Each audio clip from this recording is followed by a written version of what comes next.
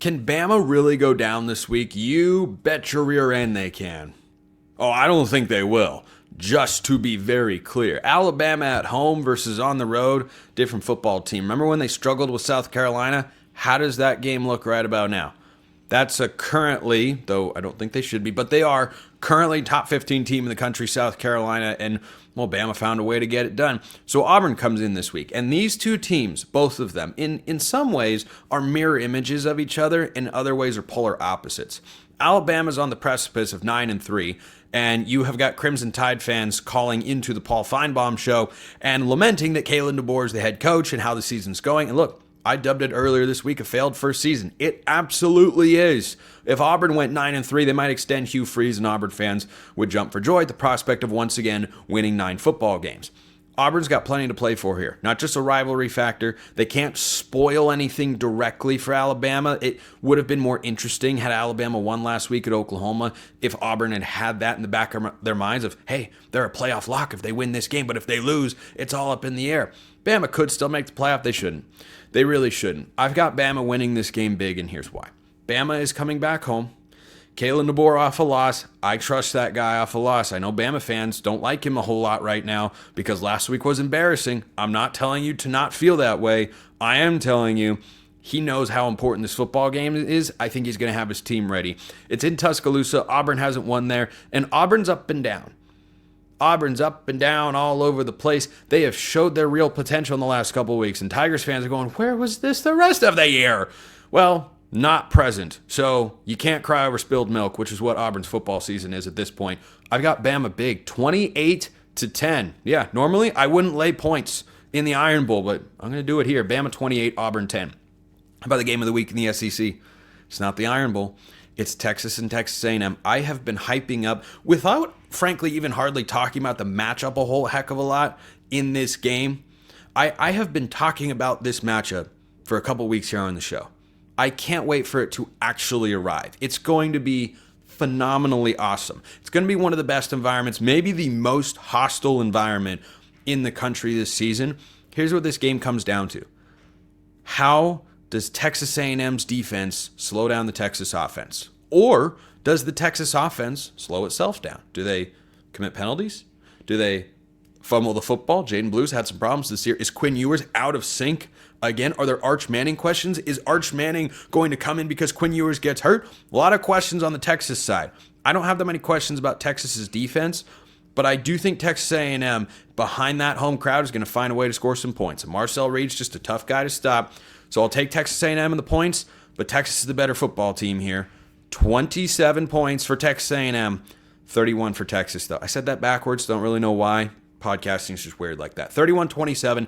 I think Texas beats Texas A&M. Ole Miss, you talk about lost seasons, disappointment, failure of a campaign. Yeah, Ole Miss, that absolutely qualifies. I can readily make the argument that Ole Miss under Lane Kiffin this year is a bigger failure than Alabama under Kalen DeBoer. Once the offseason fully rolls around, you'll probably hear me make that particular claim. But not today, because they still have to play the Egg Bowl. And when you have this many points, 26 to be exact, regardless of where the game is played, in a rivalry matchup, this would mean everything to Mississippi State. For Ole Miss, this means let's keep our slim playoff hopes alive, but understand that that's probably not going to happen. It should have. It didn't. Ole Miss 35. They're favored by 26. That's just a little bit too much. Ole Miss 35, Mississippi State 13. Jeff Levy's team next year, watch out for the Bulldogs. Next year, they're going to beat somebody that they shouldn't, or that you think they shouldn't anyway. LSU, Oklahoma. What is LSU playing for? Heck, what are either of these teams playing for? That's a really good question. That's a really good question. This is rivalry week, and you've got LSU playing Oklahoma. That's an SEC Big 12 matchup as far as I'm concerned, but this is a conference game now. Oklahoma's going to a bowl game. Yay, I guess. I mean, their bowl streak stays alive. That's something. LSU, they're going to a bowl game. It's not the one that they're going to like very much. LSU is favored by 7 at home, and guess what? Taking LSU. They played well enough to win against Vandy last week. I think Oklahoma left it all out on the field. At home against Bama a week ago, the field storming, emotional letdown spot, very real. this is not a rivalry week, take the points sort of deal because it's not an actual rivalry game. So I'm taking LSU 24, Oklahoma 10. That offense comes back down to earth. And remember, there's a defensive touchdown in that 24-3 win last week, and Jalen Milroe threw 3 picks overall. I think Garrett Nussmeier protects the ball at home. 24-10, LSU wins. Florida, oh boy. Florida plays Florida State. What did this game look like before the year? Florida can't win that game. Well, this is why you play out an entire season, because now it's an Uno reverse card, and Florida State can't win this game. Florida State, that's all there is to say. There's nothing left to say. It's all been said. Disaster, terrible, no good, very bad. Fired 3 coaches, an offensive defensive coordinator, an offensive line coach. They all deserve to be fired, quite frankly, with how the team performed this year. If Mike Norvell hadn't gotten a big contract extension, heck, he could have been deserving of a firing. But that's not the way the game gets played here. So Florida's going to win this game. Florida is feeling themselves, and I think Billy Napier values each and every single solitary win because he's buying back more and more credibility with the fan base. Rivalry or not, Florida's way better. Big win for the Gators, 38-6. Arkansas, Missouri, again in the, what's on the line? It's just kind of a game. Missouri is the worst 8-3 team in the country, by far. The fact that they're ranked annoys me like no end. Memphis should be ranked over Missouri at this point, to be frank with you. Both these teams are already going bowling. Missouri is at home. But guess what? I've been dogging on Missouri for too long for me to suddenly pick them in a game that they're playing against an opponent that's alive and not an FCS. So Arkansas 28, Missouri 24, I guess. Louisville plays Kentucky. That SEC aura, if you will, the SEC superiority, not going to show up here. Louisville's a better football team. They're not a great one, but they're still a good one. And Kentucky, not that good. And this isn't a game that's going to have huge ramifications for how strong the SEC is and what. But I'll just go back to the transitive property of, well, Kentucky beat Ole Miss, who granted wasn't good enough to make the SEC championship game. But still, Kentucky beat an SEC contender who beat Georgia. And Louisville is going to beat Kentucky here 27-17. I'm taking the Cardinals to win and cover in that spot. I'm not actually going to apply that logic. I'm just saying it could be thrown out there in a hypothetical world.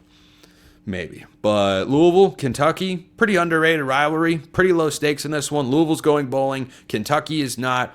I'll take Louisville by 10. Last couple of games in the ACC-SEC crossover that I mentioned on yesterday's show. But if you missed it, I will provide a brief summary recap, however you want to describe it here. Georgia plays Georgia Tech on Friday. Now, the quarterback situation for the Yellow Jackets is not good enough to scare Georgia here.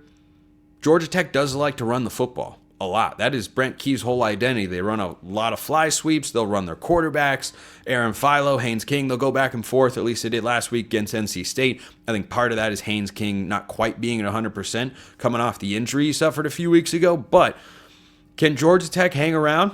Maybe for a little, but not for 4 quarters. Georgia is suddenly looking like an incredibly dangerous team who could win the SEC, who could get a first-round bye, and you look up and go, uh-oh, did Georgia figure it out? Did they get Carson Beck to stop throwing interceptions? Well, they did, and it didn't have to be that way in the 12-team playoff because Georgia with 2 losses probably wouldn't have gotten in. Maybe they would have, but they'd have to win the SEC to do it. But this is the world we have, so I'm not going to stand on my soapbox any longer. Georgia wins, but Georgia Tech covers. 19.5 is the line. I think the Yellow Jackets will do just enough to cover. Just enough. Clemson, favored by 2.5 at home against South Carolina. Clemson, I think, has bigger national stakes in this game than does South Carolina on account of Clemson is ranked 12th.